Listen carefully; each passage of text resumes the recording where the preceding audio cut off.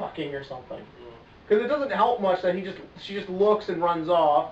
And then the next time we see the two together, she's in his place, so I'm like, what the hell's going on here?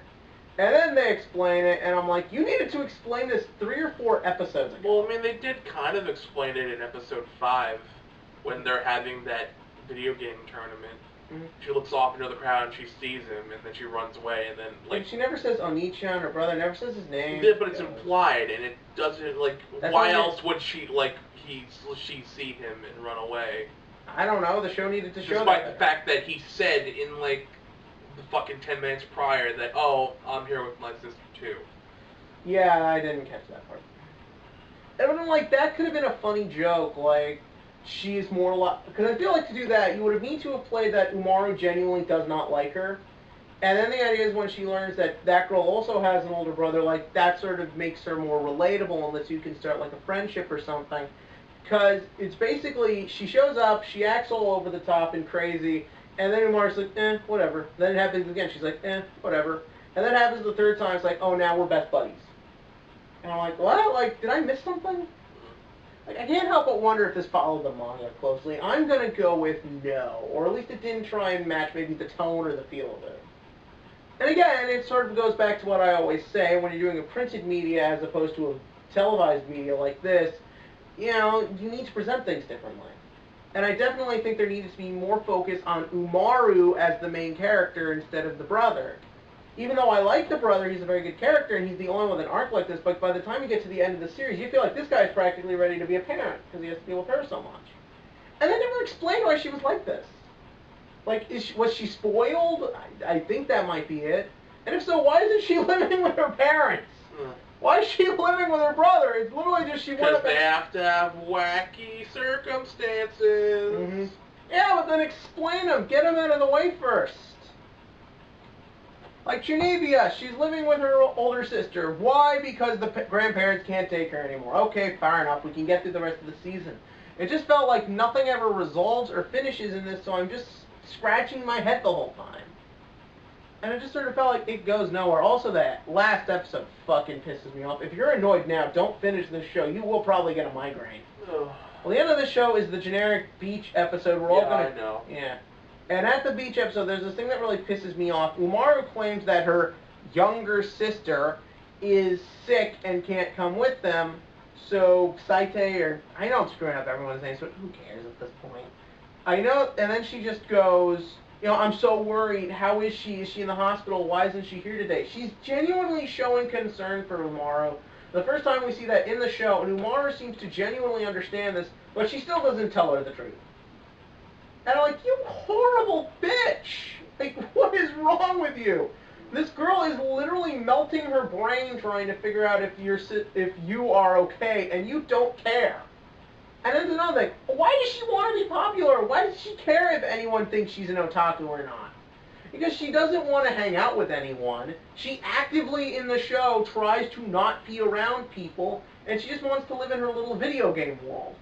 So fine!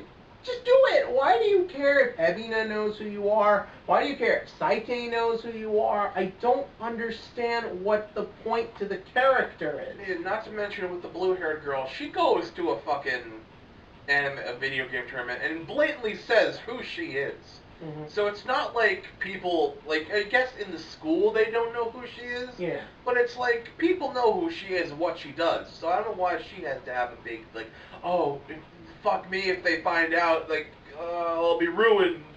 It's like, really? Okay. It's like whenever, it's like in that episode when her, the brother, and Abina-chan are, like, in the restaurant, and she has the fit about, like, him not getting her a video game or something. Mm-hmm. And, like, you know, she doesn't want Abina-chan to, like, see how she really is. And yet, in the end, she doesn't even notice. Which is, like, that pissed me off immensely. Poor Abina. She goes through so much shit in this for no reason. Yeah. Yeah, and it's like, you know, getting back to the video game thing, someone pointed this comment out to me, and this goes to this whole genre in general. I know that, you know, the 4 shows I've brought up so far that are like this are all fundamentally different, but let's be real here, they're all going after the same demographic. You know, the big thing is that someone points out, they commented on the Aramo review, they go, When have you ever known that if a pretty girl likes something that men won't instantly try and like it just to be around her? Like, women can get men to do anything with the right amount of, like, you get where I'm going with this. But I'm like, okay, so we're in a more, and look, some of the things that are over the top in this world I'm fine with. Like, a lot of people think it's weird and creepy that when Ebina and Umaru are walking down the street, everyone is staring at them. Like, they're staring at Ebina's boobs and they're just staring at Umaru in general. I'm like, I'm fine with that. That's what the show's going for. Or the other one is it's not physically possible for Umaru to look the way she does and live the life she does at home. Like, just up all night, drinking soda, eating chips and stuff like that. That would not physically work. I know, it's fine, because that's what it's going for. And if you keep everything in that very simple context, and so long as it's still relatable, it's fine. But again, the minute you get into that weeaboo crap, it doesn't make any sense. And again, Umaru doesn't make any sense. Like, as a character, I don't understand what she wants, I don't understand what she's after. I just feel that everything that could have worked in here sort of just gets boshed and is all over the place. And it sucks, because I want more things that experiment with animation like this, but you need to do it intelligently. This didn't want to do that. And I just don't know really what, I'm not sure what would have needed to be done to make the show work better, because Taihei's a great character, but he'd probably be annoying if we focused more on Umaru. Well, we focus more on Tai, and it makes Umaru unbearable. So I don't really know what you could have done here. I can't help wonder if maybe this was kind of dead on arrival. Like, I feel like if this show came out, and see if you think this too, if this show came out 5 years ago, before we were being bombarded with shows like this, do you think it would have been better received? I'd say slightly, if not a little better. Yeah, I do like that there's no incest. I point out in the review that if you look online, like when I was just doing my research on the production history of the show, which there's not a lot out of, they tried to keep this one under wraps, but gives me the feeling things might not have been so well behind the scenes. I did find that, what was I going to say? There's a lot of Abina-chan hentai. Yeah, that and a lot of crap between Umaru and Taihei. That's why I make the joke in the non-spoiler that my Knights of Vodka and Field Rage are back. It's just sort of, again, the relationship isn't very good because you don't understand what 50% of it is. Again, you get Taihei, and someone pointed out that in the manga, about halfway through the manga, also gives up on Umaru and turns into this weird, like, harem Taihei has with all 4 of the girls, plus the one coworker lady. Oh, and Bomber was funny. Yeah, like, I liked his coworkers. Yeah, they had more character than Umaru.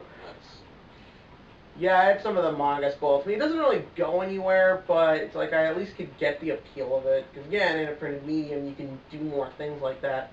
I just think because they screw up Umaru's character so bad, the show is basically dead on arrival. And again, it looks like most of the community agrees with us. It wasn't that well received. So I don't think it's going to get much of a second season, but, all said and done, take what you can get.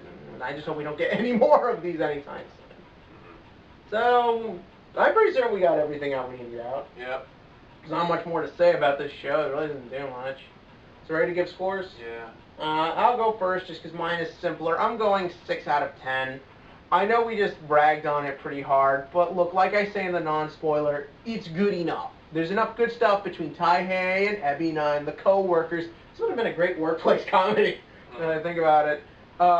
That stuff is funny enough. It makes the show worth watching, and I want more things to experiment with animation. I feel we are in this dry period in anime where everything just tries to look like everything else.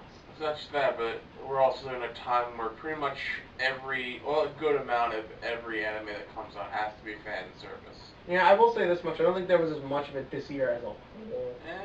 Well, it was mostly just reluctant to Hestia and Fairy Tail. And Monster man. High School DxD. Okay, so, but I just feel like things like Plastic Memories, a lot of your hype animes weren't, if it didn't need fan service for the show's appeal, it wasn't there this year, at least as much as it's been in previous years, so I think we're going in a good direction. Again, I want more experimental stuff. Let's just hope it goes better next time. And your turn. I'm giving it a 5. Yeah. All that was just a 5. Any final reasonings, or? I already said the show would have been fine if it wasn't for her fucking weeaboo form. And that's about it. Yes. I've already said my piece. Yeah, well. So there you have it. He can be negative and I can be positive. Oh, trust me, there's many anime that are coming up that I'm negative in. Okay. Well, then. then, and with that, we will end it here. As always, in the comment section below, you can give us your thoughts on Umaru-chan or anything you want us to talk about next. Also, suggest anime that you want us to review, because I know he doesn't want me to suggest anime. You wanted me to watch Kiss X Kiss, So and then you started playing it. Well, first of all, I only suggested that as a joke.